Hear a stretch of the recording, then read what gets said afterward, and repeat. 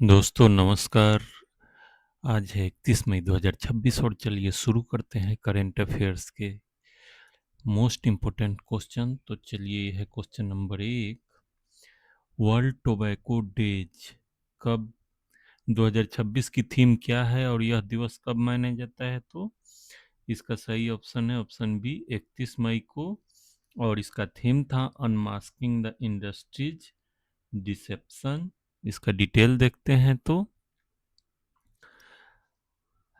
Theme 2026 क्या था? तो इस वर्ष की थीम तंबाकू उद्योग के छलावे को उजागर करना, अनमास्किंग द इंडस्ट्री डिसेप्शन है।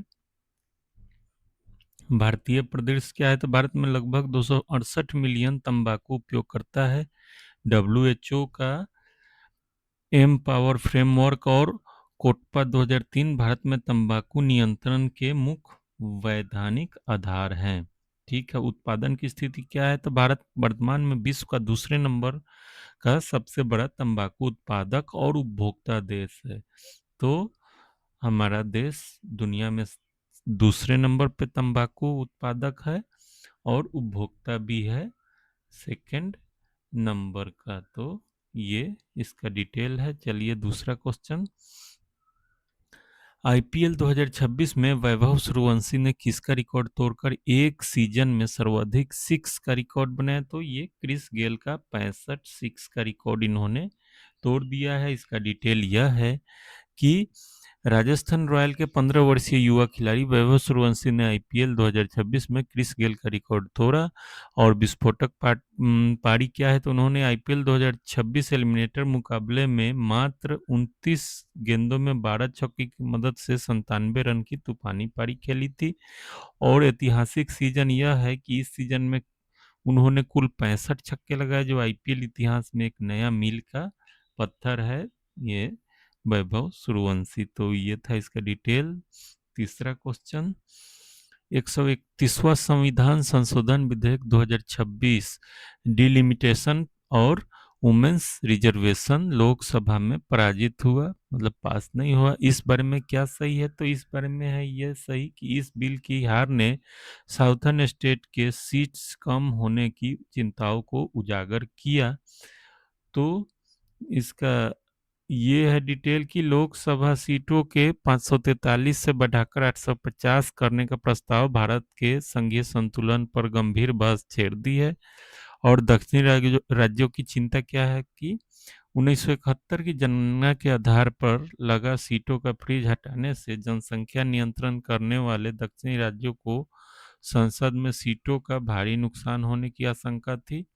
और महिला आरक्षण के ऊपर क्या है? तो इस विधेयक के तहत वर्ष 2029 से महिलाओं के लिए 33% आरक्षण भी लागू करने का प्रावधान था। तो लेकिन यह बिल पास नहीं हो पाया, लेकिन इसके मुख्य प्रावधान ये थे।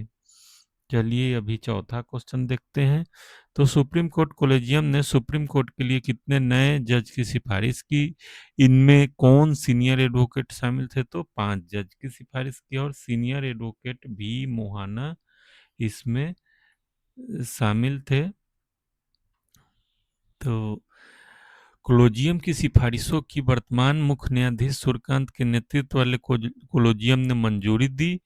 और वी मोहाना विशेष रूप से शामिल है, जो इस बार सीधे नियुक्ति के मामले में एक बड़ा कदम है। वी मोहाना को नियुक्त किया जाएगा। कोलेजियम के इतिहास से क्या है? तो भारत में कोलेजियम प्रणाली थर्ड जजेज केस 1998 के बाद पूर्णतः स्थापित हुई थी। तो ये इसका डिटेल था। चलिए पांचवा क्वेश्चन।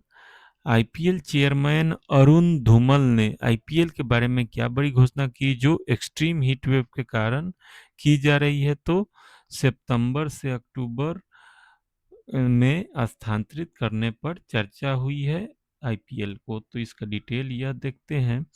तो भीषण गर्मी के कारण भारत में मार्च से मई महीने के बीच रिकॉर्ड तोड़ तापमान के कारण यह स्थानांतरण चर्चा का मुख्य बिंदु है। और मुलनपुर चंडीगढ़ में आईपीएल 2026 एलिमिनेटर के दौरान तापमान 45 डिग्री से अधिक तक दर्ज किया गया, जिससे खिलाड़ियों और दर्शकों की सुरक्षा पर संकट खड़ा हो गया था। और वैकल्पिक विंडो क्या है? तो सितंबर अक्टूबर को खेल के लिए सर्वोत्तम और ठंडे वातावरण के रूप में देखा जा रहा है, अब देखना है ये हो पाता है या नहीं। चलिए छठा क्वेश्चन। तो डीके शिव कुमार कर्नाटका के सीएम के रूप में शपथ ली, वे किस पार्टी से हैं और उनका गृह जिला कौन सा है? तो कांग्रेस पार्टी से है। और कनकपुरा कर्नाटका उनका ये है गृह जिला है,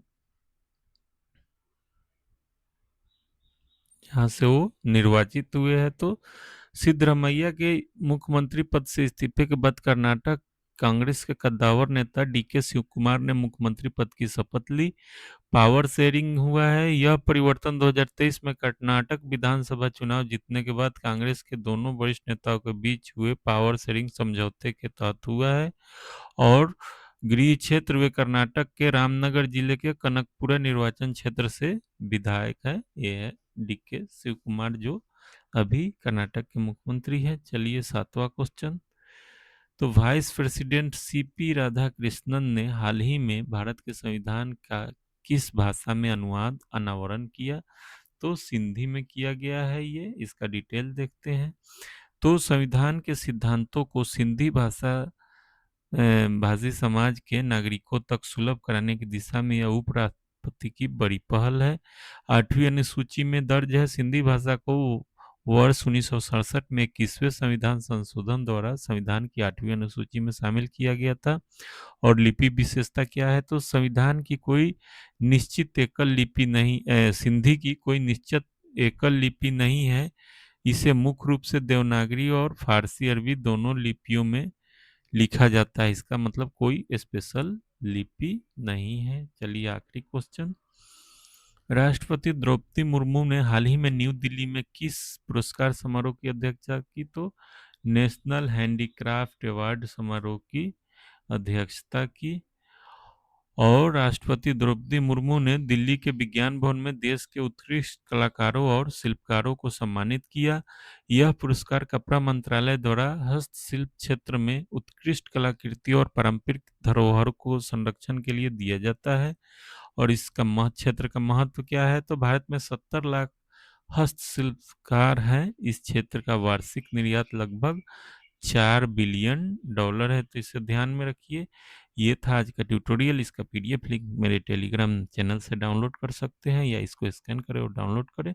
और आप लोगों से अनुरोध है कि मेरे इस मेहनत को एक सब्सक्राइब के माध्यम से सफल करें और वीडियो को लाइक और शेयर करें। Thanks for watching.